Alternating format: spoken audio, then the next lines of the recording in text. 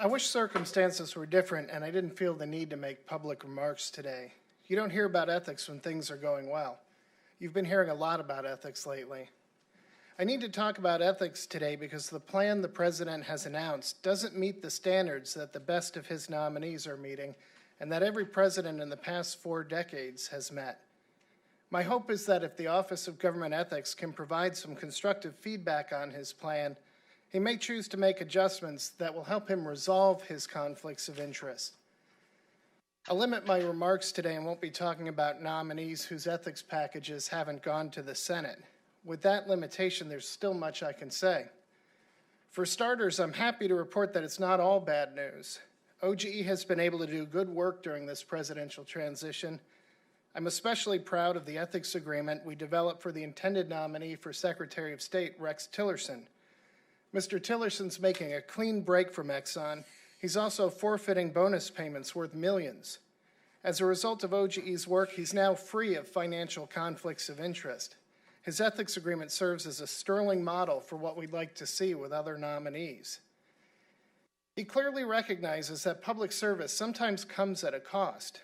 The greater the authority entrusted in a government official, the greater the potential for conflicts of interest.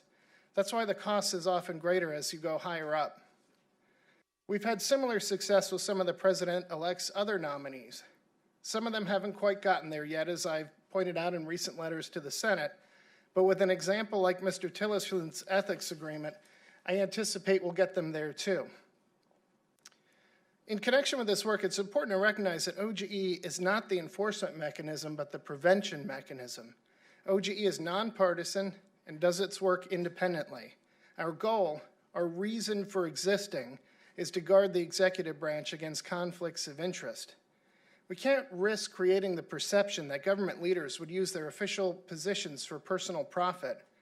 That's why I was glad in November when the president-elect tweeted that he wanted to, as he put it, in no way have a conflict of interest with his businesses. Unfortunately, his current plan can't achieve that goal. It's easy to see that the current plan does not achieve anything like the clean break Rex Tillerson is making from Exxon. Stepping back from running his positions is meaningless from a conflicts of interest perspective. The presidency is a full-time job and he would have had to step back anyway. The idea of setting up a trust to hold his operating businesses adds nothing to the equation. This is not a blind trust, it's not even close. I think Politico called this a half-blind trust, but it's not even halfway blind. The only thing it has in common with a blind trust is the label trust. His sons are still running the business, and of course he knows what he owns. His own attorney said today that he can't unknow that he owns Trump Tower. The same is true of his other holdings. The idea of limiting direct communication about the business is wholly inadequate. That's not how a blind trust works. There's not supposed to be any information at all. Here, too, his attorney said something important today. She said he'll know about a deal if he reads it in the paper or sees it on TV. That wouldn't happen with a blind trust. In addition, the notion that there won't be new deals doesn't solve the problem of all the existing deals and businesses.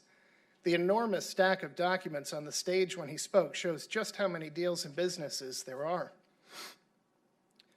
I was especially troubled by the statement that the incoming administration is going to demand that OGE approve a diversified portfolio of assets. No one's talked to us about this.